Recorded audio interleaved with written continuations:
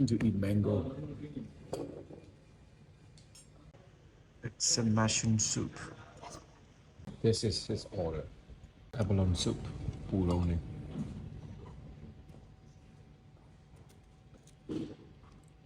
That we generally do Imperial Lasses Kuala Lumpur. သူ့ရဲ့ dinner လေးပါအလာကဒါနဲ့ဆိုရင်ဒီ Imperial Luxus Scale မှာနှစ်ချိန်ရှိတော့ပါပြီသူ့လက်ရတကယ်ကိုစားလို့ကောင်းတဲ့လက်ရတွေပါပါတယ်ကြက်မဲလေးထည့်ထားတယ်အဘလုံးလည်းပါတယ်ကြက်မဲ seafood spaghetti ကောင်းပါလေရဲ့ထင်တယ် များစား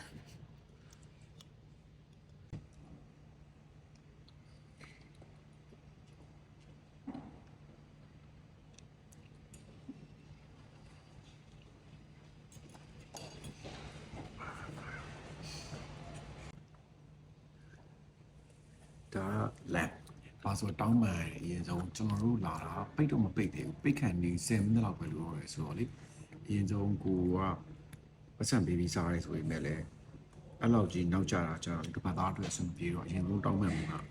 ကျွန်တော်တို့စားပါရဲ့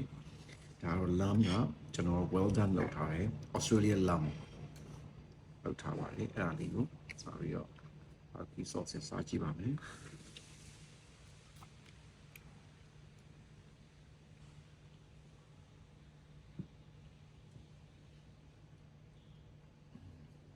ဒါရီဘာစားလဲ wagyu sandwich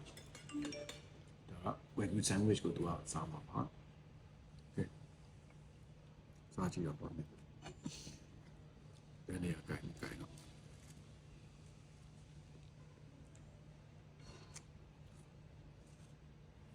မိုက်လား